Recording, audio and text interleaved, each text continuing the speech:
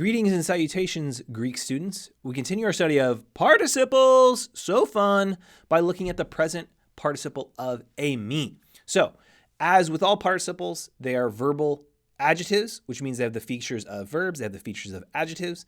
And so when it comes to eimi, the verb we typically translate I am. How would you translate that as a participle? It's being. So, own in the masculine neuter. Ontos, genitive singular.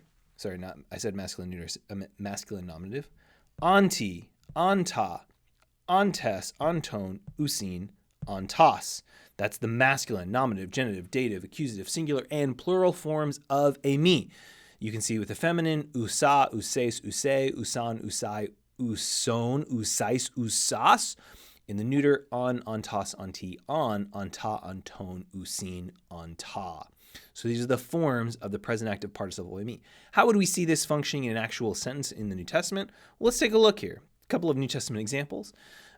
Again, how are you going to translate these? As being. So Matthew 7:11, e un humes poneroi ontas oidate domata agatha didonai tois technois humon. Now there's some verbal forms we haven't learned yet in here, but I'm going to translate this as, therefore, if you, being evil,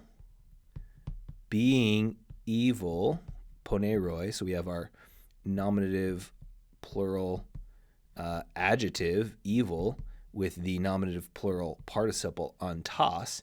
If you, and the nominative plural pronoun you, if you, being evil, oidata, know to give good gifts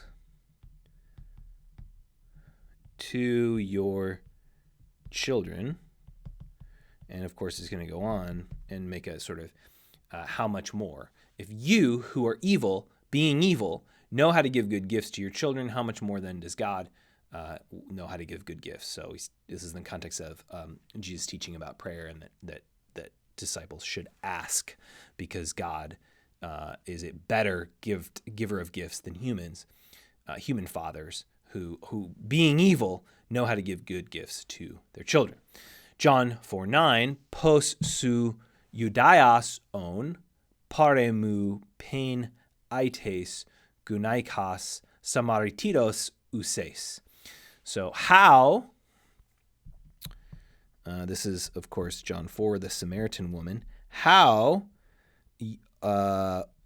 you, I'm translating quite literally here, of course, being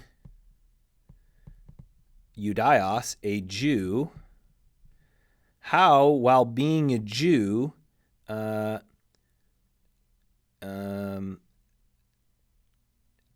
you ask, this is from aiteo, we haven't seen this verb, it's a contract verb, ask from me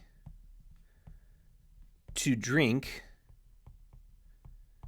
from me a gunaikos samaritidos uses, from me being feminine form, a Samaritan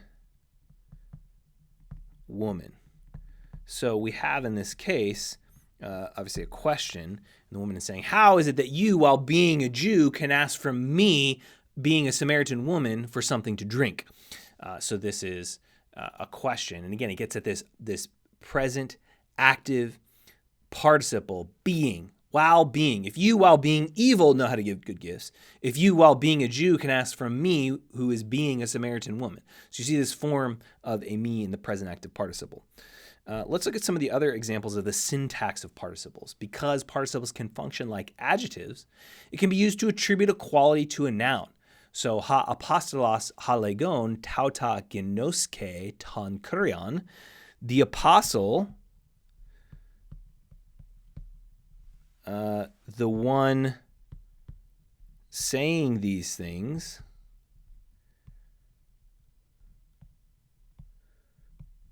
knows the Lord.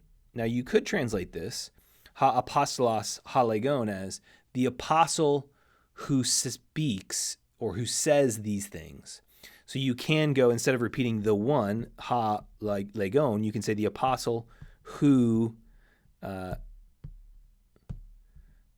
says these things, because we're asking, in this case, the participle is describing which apostle are we talking about. It's attributing this speech, this action of speaking these things to the apostle. So which apostle is it? Which apostle knows the Lord? It's the apostle who says or who is saying these things.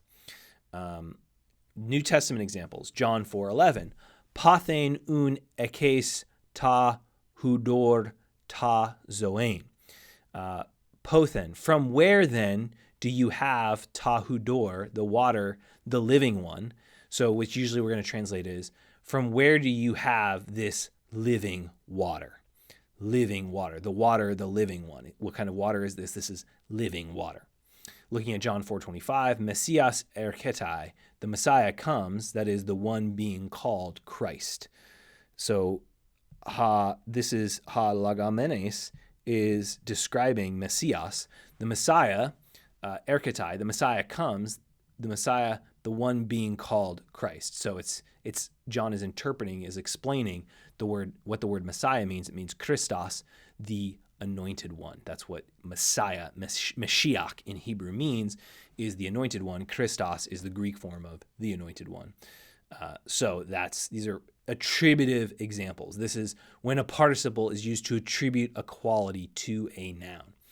Let's look at another use of the syntax of participles, the substantive participle. This is like an adjective when a participle can be used as a substantive noun. So hoi blepamenoi, hupa tukuriu so zontai. That is, those being seen by the Lord are saved. Those being seen by the Lord are saved, or those being saved are saved by the Lord.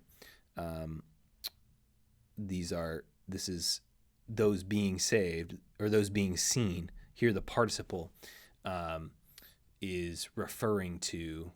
It's describing. It's functioning like a noun. The seen ones, those who are seen. Some New Testament examples in John 3:16, famous text, for God loved the world, gar agapesen hatheos ton kosmon, hoste, so that ton huion ton monogene edoken, he gave his one and only, his monogenes, his one and only son. Why? In order that all those who believe, or all the ones believing in him, and then of course the verse goes on, might have eternal life. John 6:39, tuta de estin ta thelema, this is the will of who? The one who sent me. This is the will of the one who sent me. Now this is actually an aorist participle, but you get the idea of the participle functioning like a noun. It's functioning like a noun. Last form of the participles that we see is that participles can function adverbially. So they can indicate the circumstances of the main verb. This is really important because when you see these features, they're usually going to lack the definite article, and they're going to be in the predicate position. So adverbial participles are most often found in dependent clauses that indicate the context, cause, or circumstances of the main verb. So as a result, these participles are often best translated with while loosing, while saying, when loosing, having loosed, after having loosed, because they're talking about action in relation to the verb. So a present active participle is contemporaneous action with the main verb. So in this sentence, legon tauta ha anthropos blepe ton doulon, the main subject is the man or the person. The person, blepe, sees the slave. And the participle here is functioning as something that's coterminous with the main action. So it's a present active indicative verb. So at the same time as the person, at the same time, while saying these things,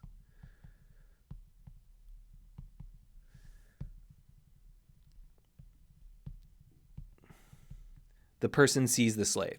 So by using the present active participle, this sentence allows the author to describe simultaneous action.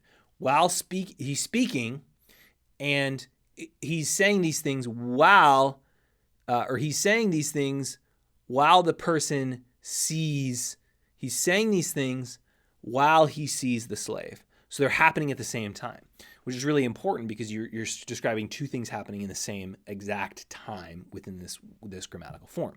So let's look at an example in the New Testament, Mark 3:31. Kai erkatai ha mater autu. So his mother, Kai hoi adelphoi autu, and his brothers, erkatai, came and while standing outside, sent for him while calling him. So what has happened is that as they are standing there outside of the room where Jesus is teaching, they send for him and they call for him. So these are happening as they're standing, they're calling for Jesus. And so you have this image of the family trying to get to Jesus in Mark 3:31. And of course, based on the context of Mark 3, they're going to come and say, hey, Jesus, you need to come home because you're not doing the right thing. And Jesus is going to say, who are my mothers and brothers? It's those who do the will of God. So there's this profound image of Jesus' teaching. And while he's teaching, you have the family comes and they're standing outside trying to get into him.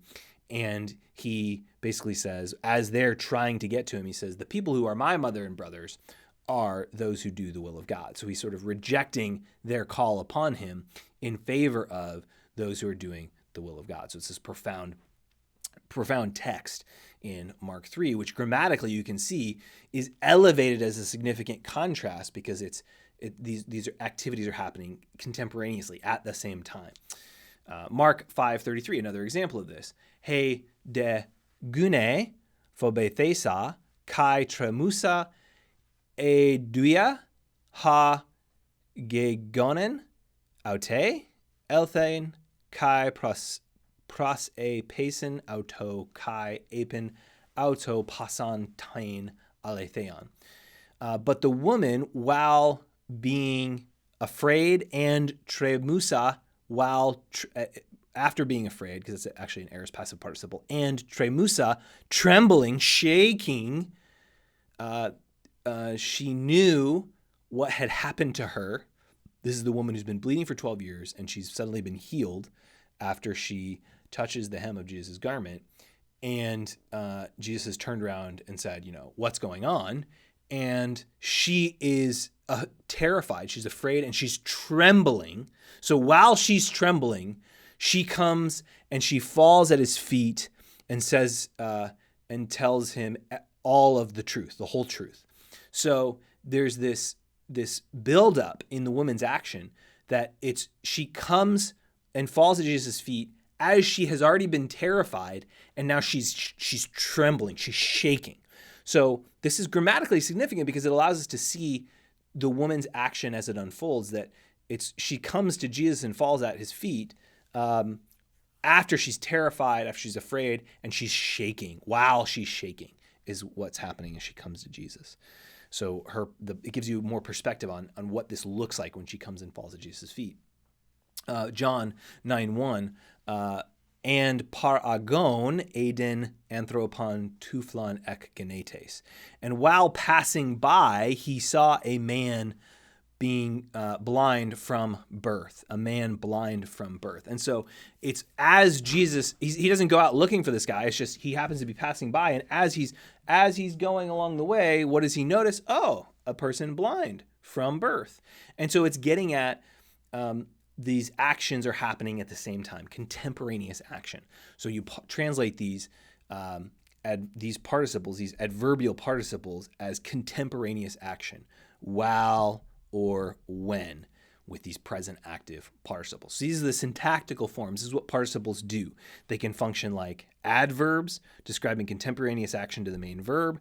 They can function like substantives, that is like nouns, those who are seen. They can also function like attributive adjectives describing nouns that exist in a sentence. So participles can act more like verbs, or they can act more like adjectives, because participles are verbal adjectives.